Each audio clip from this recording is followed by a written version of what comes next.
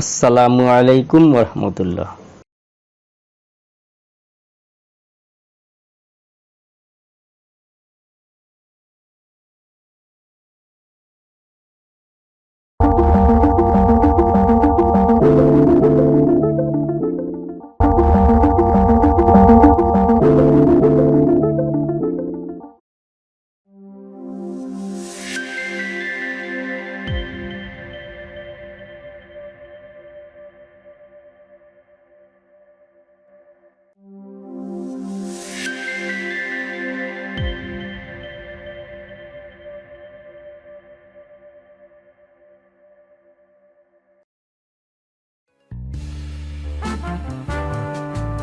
ফিরে এলাম নতুন আরেকটি ভিডিও নিয়ে।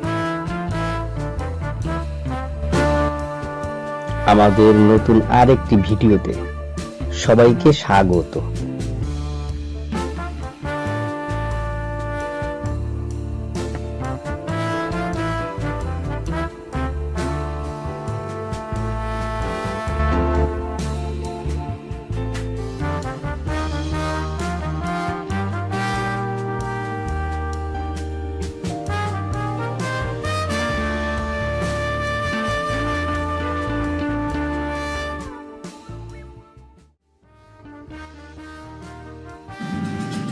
প্রিয় দেশবাসী, আজ বাংলাদেশ একটি গভীর সংকটময় মুহূর্তের মধ্য দিয়ে যাচ্ছে।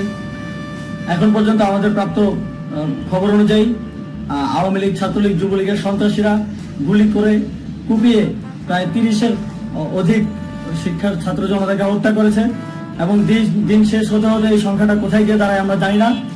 এরই প্রেক্ষিতে আমরা একটি সিদ্ধান্ত নিয়েছি। আমাদের একটি জরুরি সিদ্ধান্ত মোতাবেক আমাদের যে 6 তারিখের যে লং মার্চ টু ঢাকা কর্মসূচি ছিল সেটাকে আমরা একদিন এগিয়ে নিয়ে এসেছি।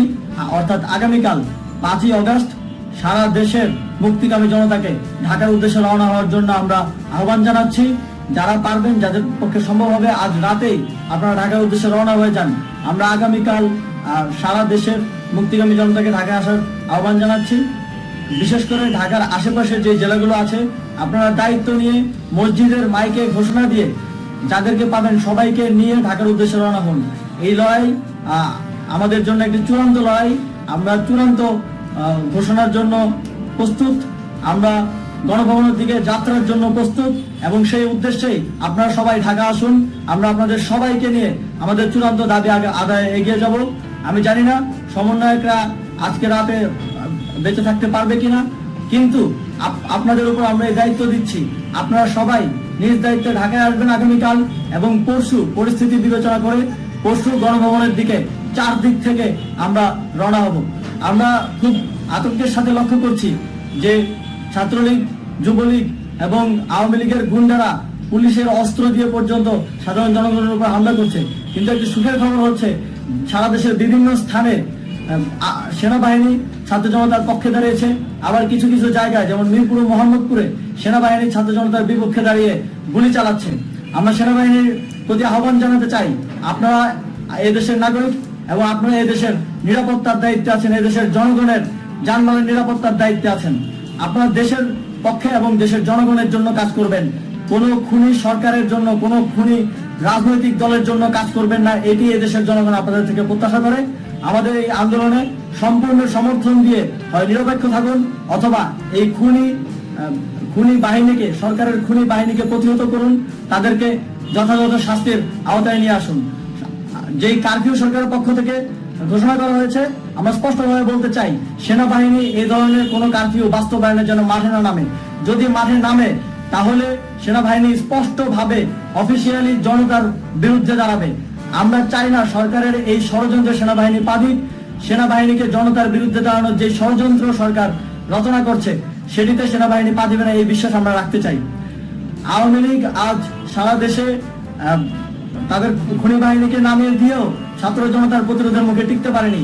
রাজপথের পরাজিত শক্তি হিসেবে তারা সেনাবাহিনী সহ অন্যান্য বাহিনীকে আমাদের বিরুদ্ধে কাজে লাগানোর চেষ্টা করছে। এই চেষ্টাকে, এই ষড়যন্ত্রকে ব্যর্থ করতে হবে এবং আগামীকাল সারা দেশে মসজিদে মসজিদে ঘোষণা দিয়ে ঢাকার উদ্দেশ্যে আপনারা রওনা হন। প্রত্যেকটি পরিবার থেকে অন্ততপক্ষে একজনকে ঢাকার উদ্দেশ্যে রওনা করে দিন। এই ইতিহাসের সাক্ষী হতে, একটি নতুন বাংলাদেশের অভ্যুদয় ঘটানোর একজন কর্মী হতে। ধন্যবাদ সকলকে।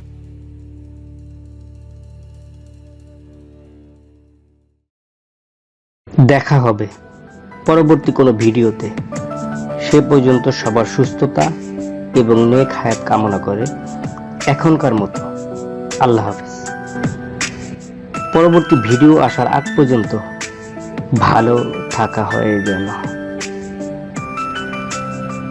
পরবর্তী ভিডিওতে আমরা সবাই মিলে নতুন কোনো শিক্ষা তথ্যে যুক্ত হব। কেমন?